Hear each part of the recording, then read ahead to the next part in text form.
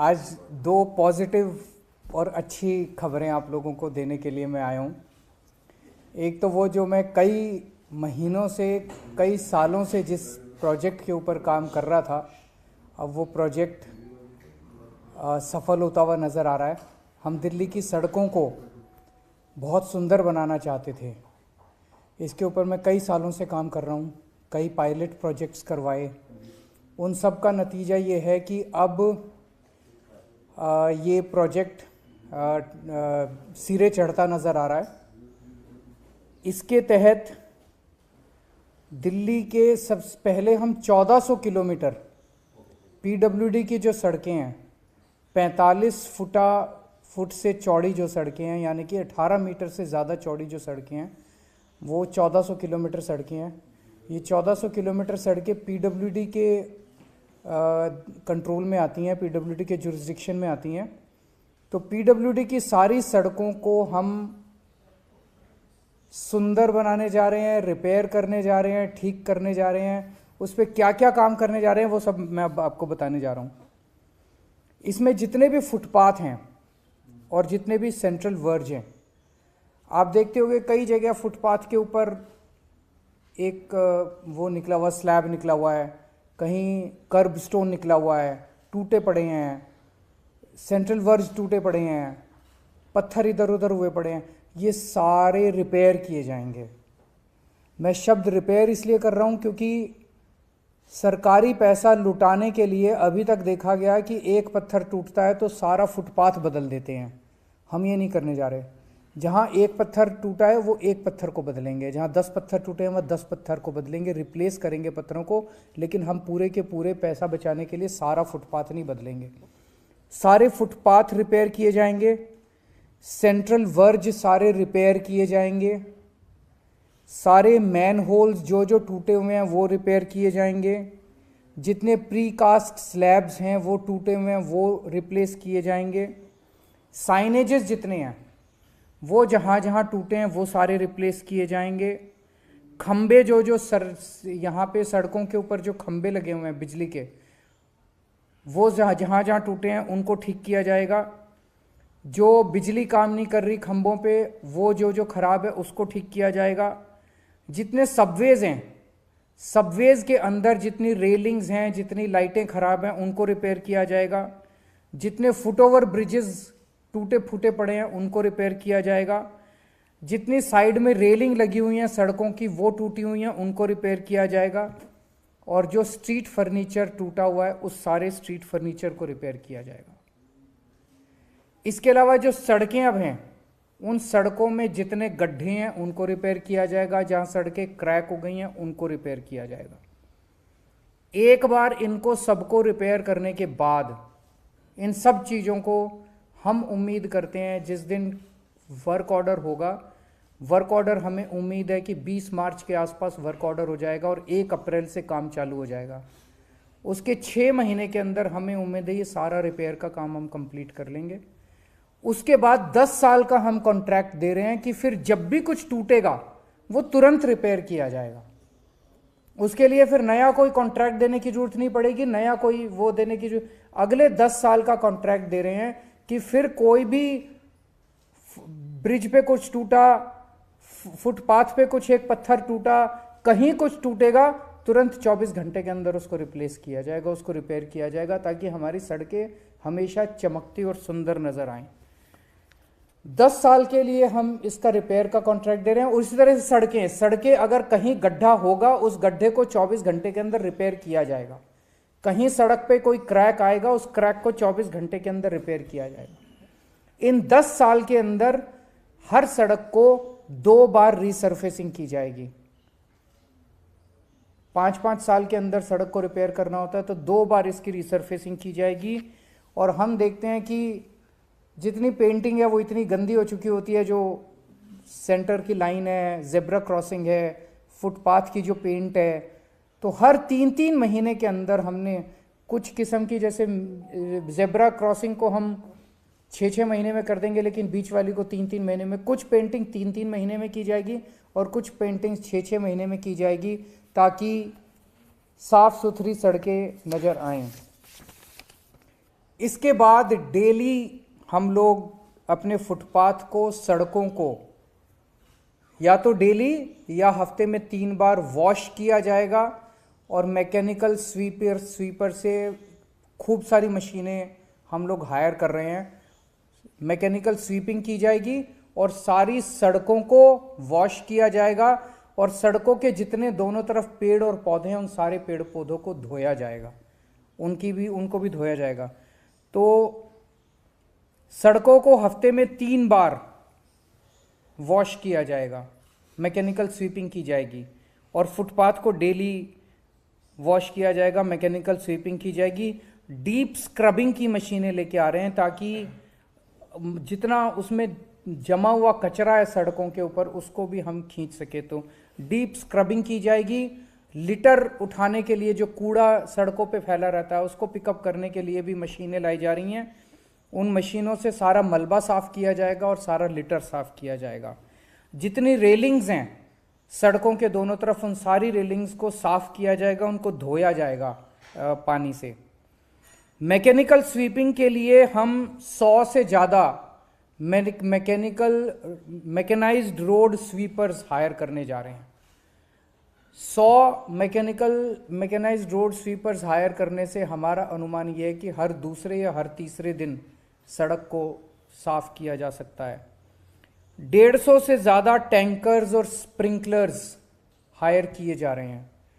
तो जो पीडब्ल्यूडी की सड़कें हैं 1400 किलोमीटर सड़कें, इन सड़कों के ऊपर इन 150 स्प्रिंकलर से डेली सड़कें धोई जाएंगी और सड़क के दोनों तरफ जो पेड़ पौधे हैं उनको धोया जाएगा।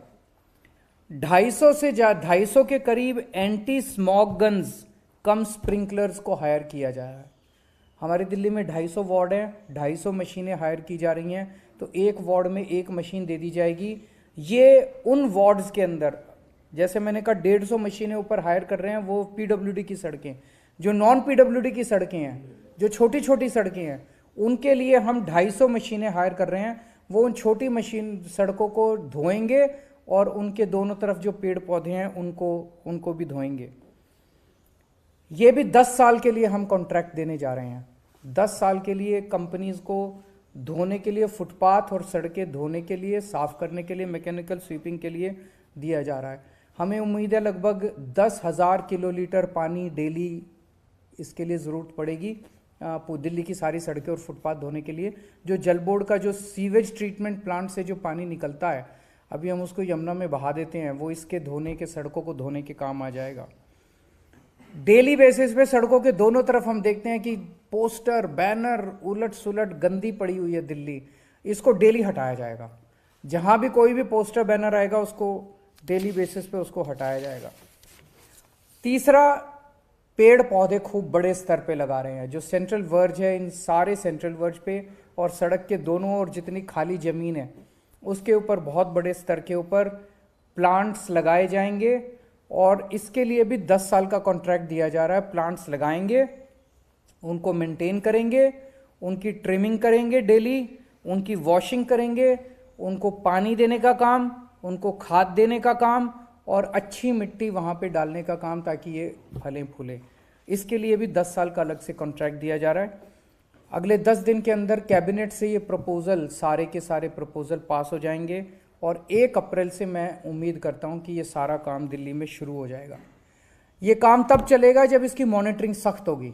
अगर अभी तो हम बड़े प्लान तो बना सकते हैं, तो थर्ड पार्टी मॉनिटरिंग का इसमें वो डाला गया कि थर्ड पार्टी मॉनिटरिंग करेगी, जिसके ऊपर पास व्हीकल्स होंगे, व्हीकल्स पे कैमरा होंगे, वो लगातार पूरा दिन दिल्ली में कई सारी ऐसी व्हीकल्स चलती रहेंगी और वो कैमरा से वो कैप्चर करती रहेंगी कि कहाँ कितना काम हो रहा है, कितना काम नहीं हो रहा है। और पेमेंट जो है, हैवी पेनल्टीज डाली गई हैं एग्रीमेंट के अंदर कि अगर कहीं किसी भी तरह की कमी नजर आई तो उस कॉन्ट्रैक्टर के ऊपर हैवी पेनल्टीज डाली जाएंगी।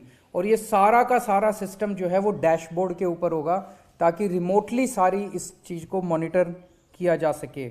बहुत सख्त सर्विस लेवल वो बनाए गए हैं पैरामीटर्स, उन पैरामीटर्स की कांस्टेंट मॉनिटरिंग होगी।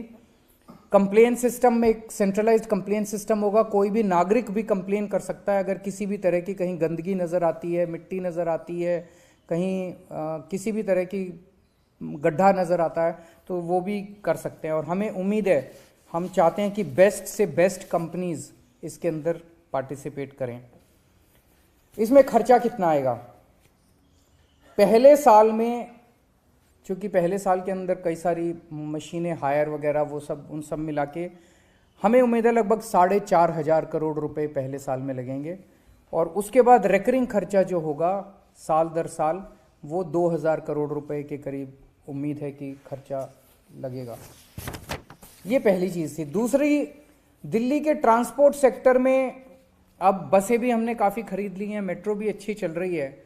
लास्ट माइल कनेक्टिविटी एक बहुत मेजर मुद्दा बना हुआ है। किसी भी नागरिक के लिए लास्ट माइल कनेक्टिविटी और उसकी सेफ्टी लास्ट माइल पे ये बहुत इंपॉर्टेंट है। उसके लिए हम ई स्कूटर्स लेके आ रहे हैं और इसको हम द्वारका के एरिया में एक पायलट प्रोजेक्ट करने जा रहे हैं। द्वारका के क्षेत्र में लगभग 10 मेट्रो स्टेशन हैं, कई सारे बस स्टॉप्स हैं। द्वारका में 250 लोकेशंस के ऊपर 1,500 ई स्कूटर्स प्रोवाइड किए जाएंगे। लोग एक साथ अपनी टिकट खरीद सकते हैं, इंटीग्रेटेड टिकट होगी, उससे आप उस टिकट से बस में भी ट्रैवल कर सकते हैं, ई स्कूटर भी हायर कर सकते हैं और मेट्रो पे में भी सफ़र कर सकते हैं। तो आपने टिकट खरीदी, उस टिकट से आप 250 लोकेशन से कहीं से भी आप एक स्कूटर पिकअप कर लीजिए। सेल्फ ड्राइविंग है, कोई ड्राइवर नहीं है, आपको ड्राइव करना है। कहीं से भी आप स्कूटर पिकअप कर लीजिए किसी लोकेशन से। वहीं पे हेलमेट होगा, हेलमेट पहन के और आप अपने दूसरे किसी भी कहीं भी जा सकते हैं, उसको थोड़ी देर यूज़ कर सकते हैं और इन 250 में से किसी भी लोकेशन के ऊपर उस स्कूटर को आप वापस छोड़ सकते हैं। ये सारे ई स्कूटर्स होंगे और इन स्कूटर्स पे स्वैपेबल बैटरी होगी और एक चार्ज में 60 किलोमीटर तक आप वो कर पाएंगे, ट्रैवल कर पाएंगे और 60 किलोमीटर प्रति घंटे की स्पीड होगी इनकी। जिस दिन ये एग्रीमेंट उस कंपनी से, ऑब्वियसली जो भी कंपनी होगी वो टेंडर बेसिस पे दी जाएगी, जिस दिन एग्रीमेंट होगा उसके 4 महीने के अंदर पहले 100 लोकेशन पे 500 स्कूटर आ जाएंगे, अगले 4 महीने में अगले 100 लोकेशन पे और 500 स्कूटर आ जाएंगे और अगले 4 महीने या 12 महीने में 250 लोकेशंस के ऊपर 1500 स्कूटर मुहैया हो जाएंगे। ये कॉन्ट्रैक्ट उस कंपनी को 7 साल के लिए दिया जाएगा और ये 250 लोकेशन वो हैं जो सबसे ज़्यादा जहाँ पे फुटफॉल होता है। मेट्रो हो गए, मेट्रो स्टेशन हो गए, वो हो गए, बस स्टेशन हो गए, हॉस्पिटल्स हो गए, मॉल्स हो गए, जहाँ जहाँ लोग ज़्यादा जाते हैं, बाज़ार हो गए, वहाँ वहाँ ये ज़्यादा से ज़्यादा दिए जाएंगे। और बिड पैरामीटर होगा कि जो कंपनी कम से कम चार्ज करने को कहेगी कि हम जनता से इतने रुपए टिकट लेंगे प्रति मिनट या प्रति किलोमीटर, उस कंपनी को ये कॉन्ट्रैक्ट दिया जाएगा। सो ये 2 बड़ी अच्छी खबरें हैं दिल्ली के लोगों के लिए। अगर आपके कोई क्वेश्चंस हैं तो। सर, ट्रैफिक को किस तरीके से अब सारा मैकेनिज्म सब सही हो रहा है दिल्ली में? मैं देख रहा हूँ चांदनी चौक की जिस तरह की वहाँ 2 तरह की प्रॉब्लम सामने आती है। एक तो ट्रैफिक का मैकेनिज्म वो बहुत डिस्टर्ब हो जाता है, पूरी दिल्ली में ही है, ट्रैफिक बहुत ज़्यादा है। दूसरा सर, रात को जो ये वेगाबॉन्ड्स वगैरह है या होमलेस हैं, आपके लोग आते हैं, वो सफाई करते हैं, ये मशीन्स वगैरह वहाँ भी आती हैं, मैं देख रहा हूँ, लेकिन वो नहीं हट पाते, वो वहीं पर ही शॉर्ट्स कर देंगे, वो वहीं। तो एक इस तरह का भी कुछ दोनों चीज़, पहला आपने कहा कि ट्रैफिक के लिए जैसे जितना ज़्यादा पब्लिक ट्रांसपोर्ट हम इस्तेमाल करेंगे उतना सड़कों के ऊपर ट्रैफिक कम होगा। अभी तक पब्लिक ट्रांसपोर्ट स्ट्रांग नहीं था। किसी को कैसे कहें कि भाई तू पब्लिक बस यूज़ कर, किसी को कैसे कहें मेट्रो यूज़ कर, अभी तक बसें ही नहीं थी। अब बसें काफ़ी हो गई है, लगभग 7,500 बसें हो गई हैं। अब मैं सुनता हूँ कि कई बसें खाली जा रही हैं हमारी कई रूट्स के ऊपर, उसको भी हम देख रहे हैं। तो अब अगर लास्ट माइल कनेक्टिविटी भी कर दी हमने सॉल्व, तो हम जनता को थोड़ा प्रेशर डाल के, थोड़ा कैरेट एंड स्टिक पॉलिसी से फोर्स कर सकते हैं कि आप पब्लिक ट्रांसपोर्ट का इस्तेमाल कीजिए। पब्लिक ट्रांसपोर्ट ज़्यादा इस्तेमाल होगा तो ट्रैफिक नेचुरली कम होगा। दूसरा, कई सारे पीडब्ल्यूडी डिपार्टमेंट ने कई सारे पॉइंट्स आइडेंटिफाई किए हैं जो बॉटलनेक्स हैं दिल्ली के ट्रैफिक सिस्टम में। उनके हर पॉइंट का समाधान निकाला जा रहा है कि इसमें अगर यू टर्न बना दें यहाँ पे तो इसका समाधान हो सकता है, यहाँ पे फ्लाईओवर बना दे तो इसका समाधान हो सकता है। तो हर पॉइंट का ट्रैफिक बॉटलनेक्स का, दिल्ली के ट्रैफिक बॉटलनेक्स का अलग से समाधान निकाला जा रहा है। तीसरा, आपने वेगाबॉन्ड्स का कहा, दिल्ली में अब नाइट शेल्टर्स बहुत अच्छे हैं। तो ये सारे समाज की जिम्मेदारी है। जैसे मैं जब एनजीओ में काम किया करता था, कई बार मेरे को याद है मैं रात को निकल जाता था, जो लोग सड़क पे सो रहे होते थे उनको हम प्यार से बहला के फुसला के अपनी गाड़ी में बिठा के उनको नाइट शेल्टर्स में ले जाते थे। ये हम लोगों को समाज को, पूरे समाज को करना होगा कि ऐसे जितने लोग हैं जो सड़क पे सो रहे हैं, होमलेस हैं, बहुत गरीब हैं, उन लोगों को अगर हम किसी तरह से प्रेरित कर सके, हम भी करेंगे, बहुत सारी एनजीओज़ की भी मदद लेंगे, सरकार भी करेगी, लेकिन नाइट शेल्टर्स की कमी नहीं है। तो ये हम सबको मिलकर इसका समाधान निकालना पड़ेगा। जो लीविंग करते हैं या उन सड़कों को खराब करते हैं, टबैको खा के थूकते हैं, उसके उनके आपने पेनल्टी की बात की कॉन्ट्रैक्टर्स पे, पर क्या ऐसे लोगों पे ये पेनल्टी लगेगी? इनके ऊपर क्या पेनल्टी लगाओगे और इनसे कैसे पैसे लोगे? इनके पास तो, लेकिन इन लोगों को उठा के कहीं ना कहीं नाइट शेल्टर पे ले जाना पड़ेगा, उसके ऊपर थोड़ी सख्ती की जा सकती है। इसको थोड़ा सख्त करेंगे कि इनको जैसे जितने नाइट शेल्टर्स हैं वहाँ टॉयलेट की भी फैसिलिटी है, सब किस्म की फैसिलिटी है, लेकिन इनके साथ क्या है कि इन्होंने वहाँ पे अपना एक अड्डा जमाया हुआ है, अपनी जगह कैप्चर की हुई है, जो मैंने समझा था उन दिनों में। वो उसको छोड़ना नहीं चाहते जगह को, उनको लगता है नाइट शेल्टर में चले गए तो ये हमारी जगह कोई और कैप्चर कर लेगा। तो इसका समाधान निकालना पड़ेगा। लेकिन मैं आपकी बात से सहमत हूँ कि जो होमलेस लोग हैं उनको नाइट शेल्टर्स में पहुँचाने की ज़रूरत है। लास्ट माइल कनेक्टिविटी में टाइमिंग वो बहुत इंपॉर्टेंट है, और क्या वहाँ पे सुरक्षा का भी फिर ध्यान रखा जाएगा? क्योंकि अगर वहाँ पे इंडिपेंडेंटली लोगों को टिकट लेके स्कूटर पिक करना है तो उसकी टाइमिंग क्या होगी और सिक्योरिटी क्या होगी? टाइमिंग तो वर्कआउट की जा सकती है, वो एक बारी की, पर उसमें कोई बहुत ज़्यादा दिक्कत नहीं है, कभी भी वो ले सकते हैं। मैं अभी ऑफ द कफ बोल रहा हूँ, लेकिन 24 घंटे भी हो सकता है, वो कभी भी जैसे लिया जा सकता है। लोग जानना चाहें तो टाइमिंग मैं बता दूंगा, मैं इसका वर्कआउट जैसे भी होगा मैं बता दूंगा। क्योंकि अभी ये पायलट प्रोजेक्ट आप बता रहे हैं, लेकिन इसमें ये कैसे सुनिश्चित होगा कि क्योंकि स्कूटर चलाएंगे तो आपको ड्राइविंग लाइसेंस भी चाहिए होगा? वो सब तो होगा, तो वो तो फिर जो भी लेगा, ड्राइविंग लाइसेंस अगर नहीं होगा, कल को अगर पुलिस ने रास्ते में पकड़ लिया तो जैसा उसके साथ अपने स्कूटर पे होता है वैसे उससे यानी ये सुविधा सिर्फ 18 साल से ऊपर वालों के लिए है? नेचुरली वो सारे ट्रैफिक के नियम तो लागू होंगे। ये क्या ये स्कूटर जो आपने बताया द्वारका के लिए, क्या आने वाले समय में केवल वहीं रहेंगे या फिर नहीं, इस एक्सपेरिमेंट के बाद अगर ये सक्सेसफुल होता है, ये पायलट प्रोजेक्ट है, तो पूरी दिल्ली में इसको कर देंगे। फिर सर एलजी साहब ने आपको मुलाकात के लिए बुलाया, हालांकि आप कल थे नहीं। मैं उनका शुक्रिया अदा करता हूँ कि उन्होंने मुलाकात के लिए बुलाया। कल मैं पंजाब गया हुआ था, पहले से डिसाइडेड था प्रोग्राम, अब जब भी अगला टाइम वो देंगे हम जाएंगे। सर मियां का चुनाव फिर नहीं हो पाया, जी, आप क्या कहना चाहेंगे? मैं उम्मीद करता हूँ जल्दी होगा। सर मुगल गार्डन का नाम बदल दिया है सरकार ने, इसे किस तरह से देखते हैं? हमने ध्यान रख दिया गया तो चलिए अब क्वेश्चन खत्म हो गया मुझे लगता है। Thank you.